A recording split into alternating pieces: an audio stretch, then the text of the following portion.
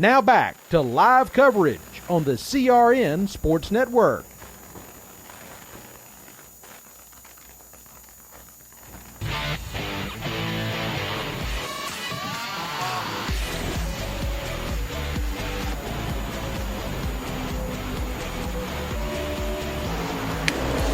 And we're back here at Franklin County Speedway on the CRN Sports Network. We had a little technical difficulties, a little TD error there, and had to jump off here for just a second to have to reset things. But we're back underway right at the start of the mini stock race. It is 20 laps the distance, 20 laps for the mini stocks, and along with Bruce Barrett, Wesley Outland, and we are underway for that race now, Bruce. And A.J. Sanders, who was involved in that incident, comes over first place now, about 3 car lengths ahead, and I'm looking at pit road. It looks like Scott Foley is going to be able to get his car underway and get back into this race. That is so good to see there, Wesley, to see that car being able to get back out there. Here's a challenge for a second and third spot. That is the number 4 of Nathan Wheaton looking to the inside. And now going down the backstretch, this is a battle for third place, and it's Wheaton taking the third place going into turn 3, coming out of 4. He is now in third,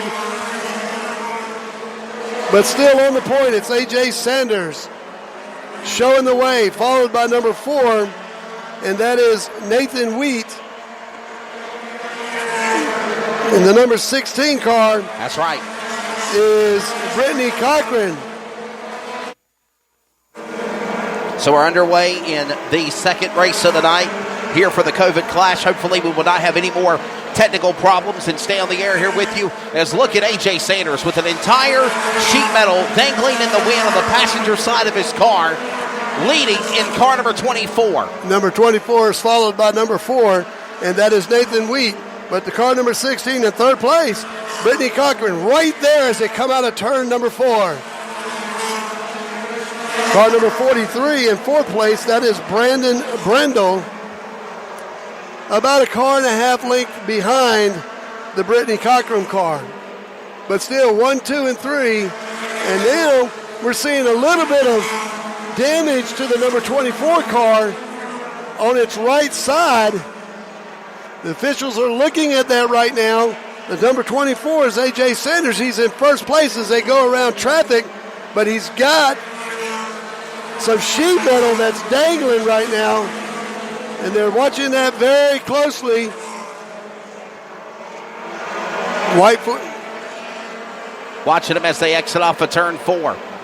The leader is Sanders. As they come back, is another lap car in the way. That 97 machine about to go a lap down. That's going to be Scott Foley. They work their way back off of turn number 2. Down the back straightaway. The 4 car bouncing off the wall of David Duncan. He looks to the inside looking for the lead, and he'll carry that green 16 of Brittany Cochran with him. And we got a caution. Trouble on the racetrack. Looks like not sure what it's for. Might be fluid on the track. Understanding there is fluid on the speedway. Talking with race director Kyle Barnes. So quickly, flagman will throw out the caution flag. There is a report again of fluid on the racetrack. So that is the reason why we go under the yellow flag. Number 24 car there, A.J. Sanders, as I said earlier, has a little sheet metal that's kind of waving at everybody as it goes down the track. But that was due to the incident earlier that he and Scott Foley had. And Foley was able to get back on the track, but I believe he's going to be scored a lap down. But it was good to see him being able to get back out and compete in this race. But the track officials are looking over the track. Report of some type of fluid on the race surface. This is an asphalt track. It's 3/8 of a mile. And they definitely need to get out there and make sure that that surface is race ready. So we go under the caution flag here after a problem for fluid being on the speedway. Race number 2 here in the COVIDCLASH on CRN Sports Coverage presented by McAllister Precision Marketing. Thank you to Tanya McAllister, Lonnie LaPlante Market with MPM. Clifton Radiator entry number 24. A.J. Sanders is leading. Now, Bruce, you can't tell now because he's slow, but his entire side sheet metal on the passenger right is completely flying through the air when he's at speed. That's right, and I'm sure the race officials are looking at that. Right now they have said it doesn't seem to pose a hazard right now, but if that thing comes off the track, they could put some debris, and that can really be a problem. So the officials are definitely keeping an eye on the race leader right now, A.J. Sanders. And again, that damage was because of the accident at the beginning of the race. That's right.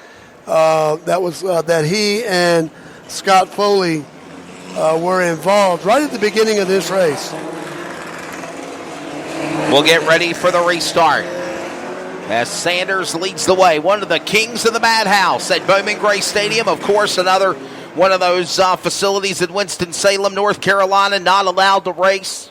They're going to stop the field in turn number 2, and I think they're trying to find out what car possibly might be putting down fluid, is also putting the field in the correct order on the racetrack. Well, they're looking at each vehicle as it comes out of turn 2. Again, a great job of officiating. Safety is paramount, and they want to make sure they get everything right so we can go green and have a clean track. The caution flag, again, is being displayed by Zach Owens, our chief starter tonight, as they come to the start-finish line. The field is still under caution.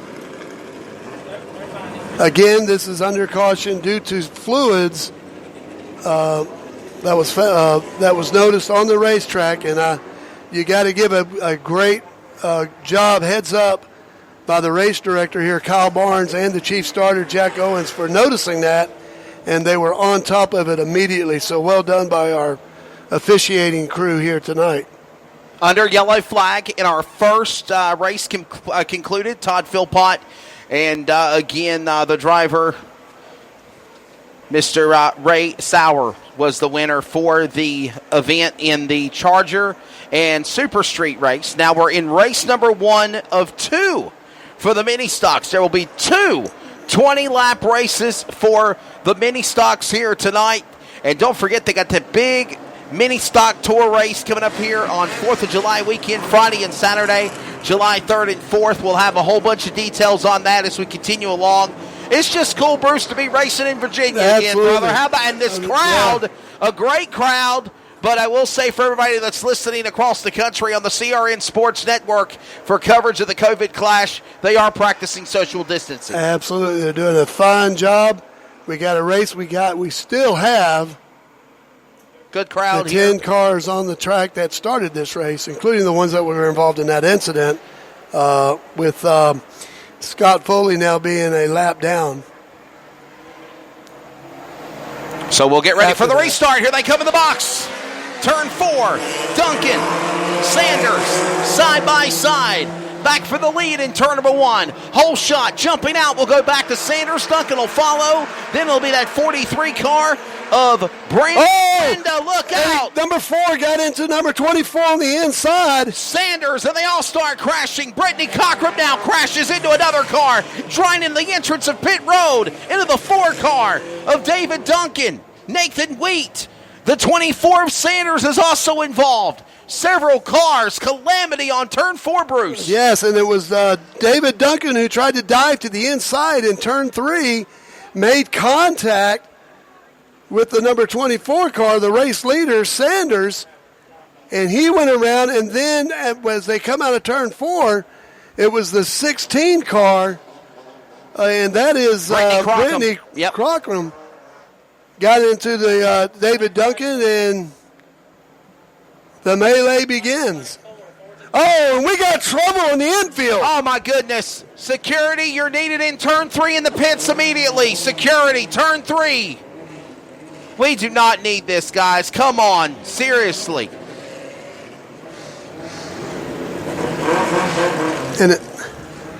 Wow. The number 24 driver, A.J. Sanders, ran to David Duncan, and I guess he was very I'll tell you unappreciative at the best. But, I mean, that was, wow. Langley Austin's making his way over there.